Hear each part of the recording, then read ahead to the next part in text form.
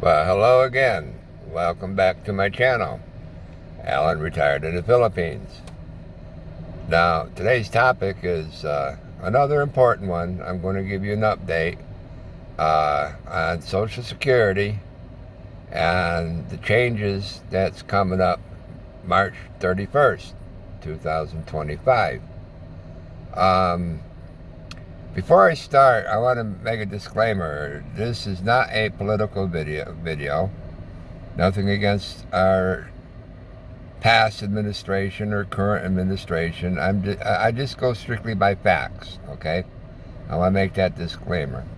Okay, I don't know if you see my last video or not, but I was having mail issues there on my Social Security. Now, first of all, this involves all Americans. It doesn't matter if you live in the States, in the Philippines, anywhere in Asia, or all over the world. These changes applies to everybody who's retired or on disability or etc. Okay. Now, my main issue was when I did my change of address there to my nephews in the States. Before I come here, I got the house number wrong, and I had a heck of a time trying to change it. I had to do it in a hurry because I haven't got any mail in like almost 2 years, and I hear about this proof of life letter, and a friend of mine, neighbor here, also from America, asked if I got my 1099, and I didn't know I was supposed to get a 1099 because, hey, I'm not working. But anyhow, I'll try to make this short. I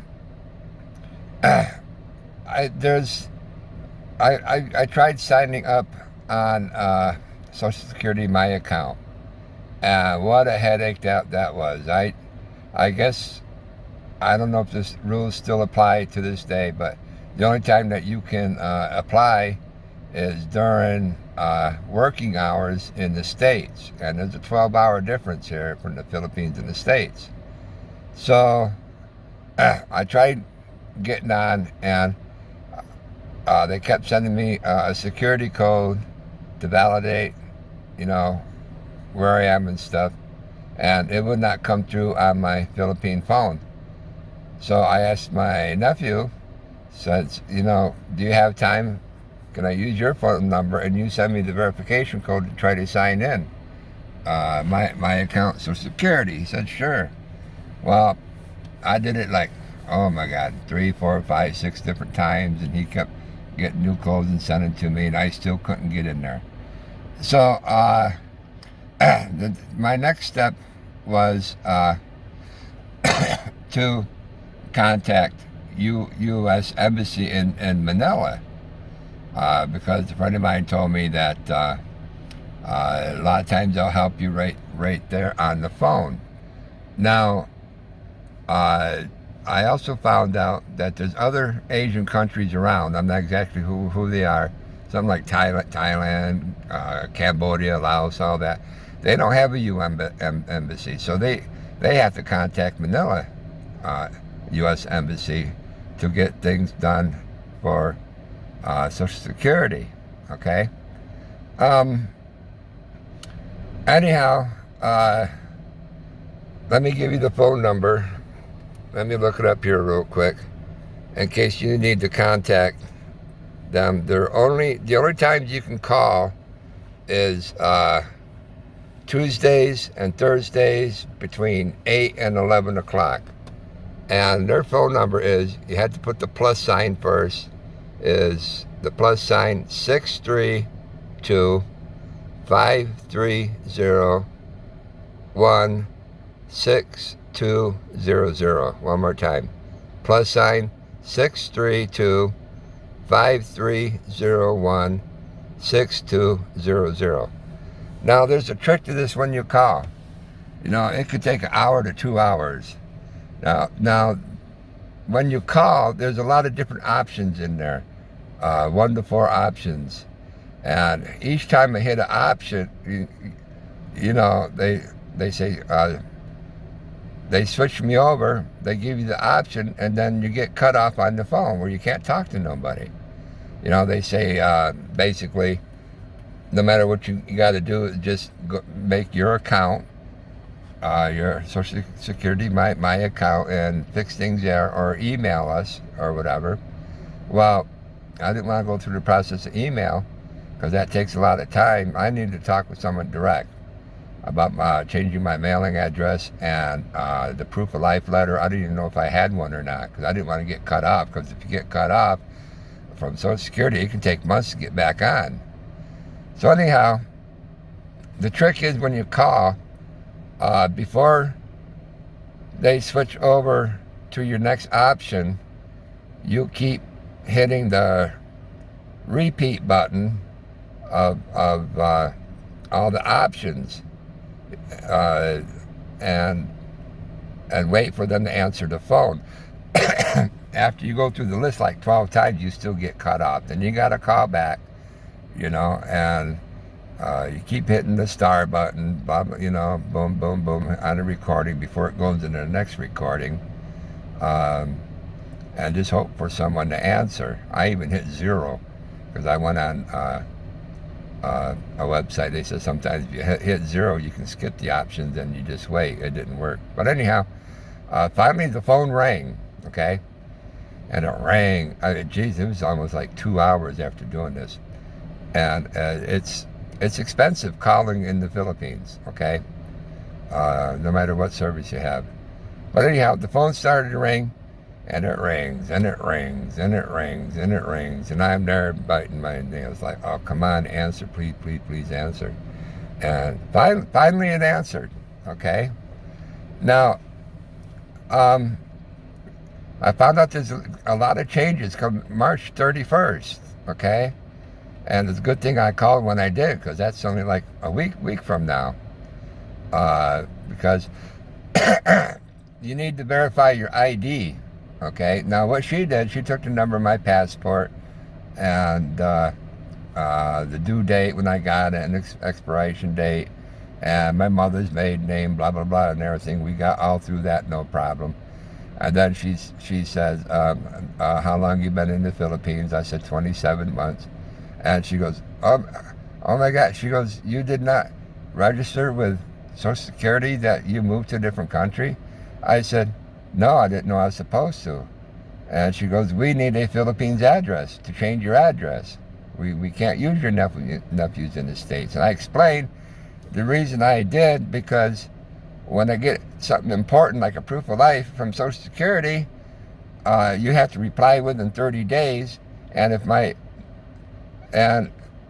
the mail system is terrible here in the Philippines. If I use a Philippines address, it could take up to 2 months before I receive any mail, and then I'll be cut off because I didn't reply in time. This way, I told her that any important paperwork that comes to my nephews, he FedExes to me immediately, and I get it in 7 days. She goes, well, you can't do that, sir. You're supposed to notify Social Security when you're here in the Philippines longer, 3 months. She says, 3 months? Oh my God, I didn't know anything about that. I apologized and everything. I didn't want her to think I was avoiding her, letting them know I was in the Philippines. I explained why, because of the mail service, because I heard the horror stories. So that leaves virtual mailbox out the window, which I did in my last video, which a lot of people does, because you need a Philippine address if you live here longer than 3 months. That's bottom line. No ifs, ands, but about it. So I was forced to use a Philippine address, which is, okay, here we go. And then so I got my change of address. And then as far as proof of life letter, she goes, no, you did not get one, but at least I contacted her so they know I'm still alive. So we'll see what happens in the future, on that one. In the meantime, I'll still try to sign up for SSMI account. But other people are having problems too, trying to do that. But the changes in March 31st is that you have to do an ID me, okay? And I had to do that for unemployment back in the States during the pandemic. Oh my Lord, what a headache that was. And I heard a lot of people are having problems that do finally get to sign in security code. They're having a problem with that ID me thing. So the next alternative is you have to go to a field office. So Manila is like over a 10-hour bus ride, Uh, you have to go down there in person. Same in the States, you know. If you can't do it over the phone to make any changes like your banking or a new account or existing account or you know, you can't do it by phone anymore. You have to go to an office or through Social Security, my account.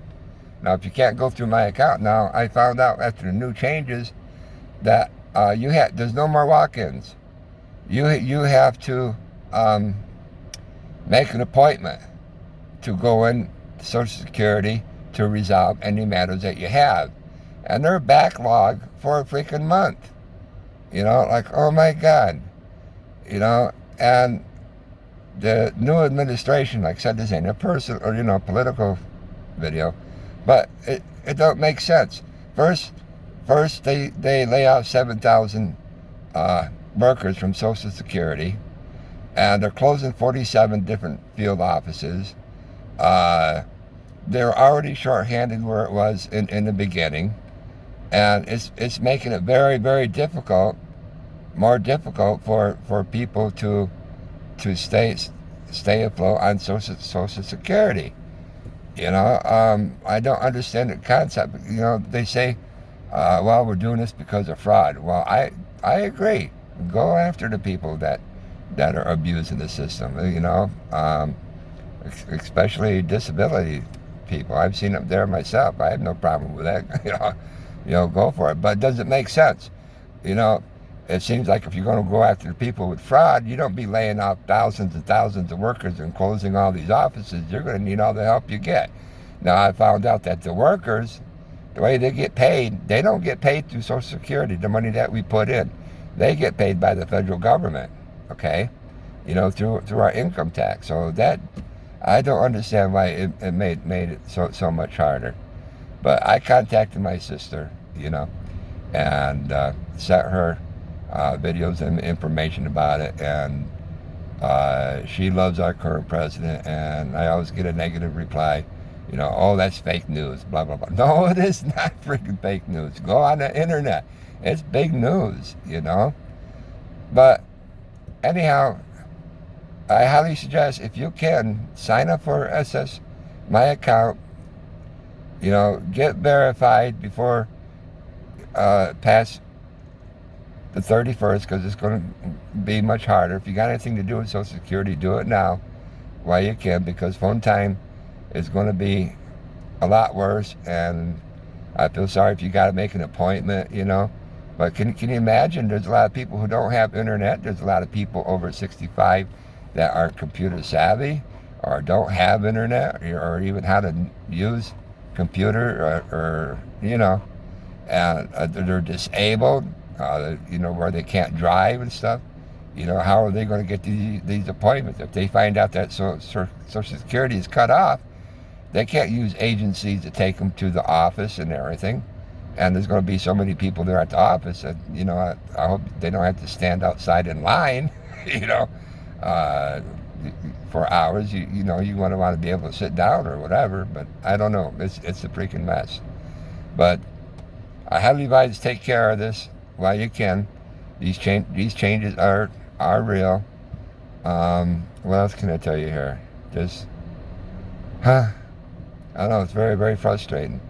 You know, I'm afraid what the government intentions are for Social Security. You know, I hear, you know, Musk is calling it a Ponzi scheme and all kinds of crazy stuff. It's scary. You know, I just pray that, you know, Social Security will still be there, but I don't understand why they're making it so much harder. You know, it went against the campaign promises. I just don't understand. But being halfway around the world, that's my only income. You know, I thought everything was all secure before I came here, because I listen to the campaign promise. Oh, we're not touching Social Security. We're not going to do this. We're not going to do that. Well, well, they're doing it, boy, and it's not going to stop. Let's see how far it goes. But anyhow, I just want to put that out to you. Take care of your business now before March 31st. Go on Google, do your research. Go on YouTube, do your research. about all the changes coming up. It's for real. It's not fake news like my sister thinks.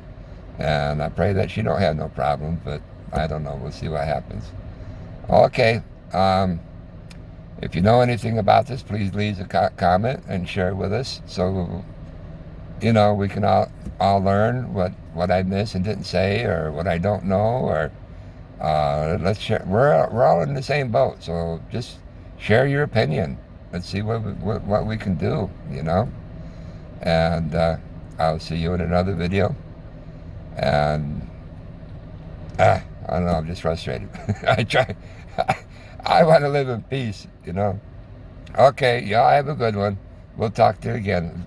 Okay, bye-bye.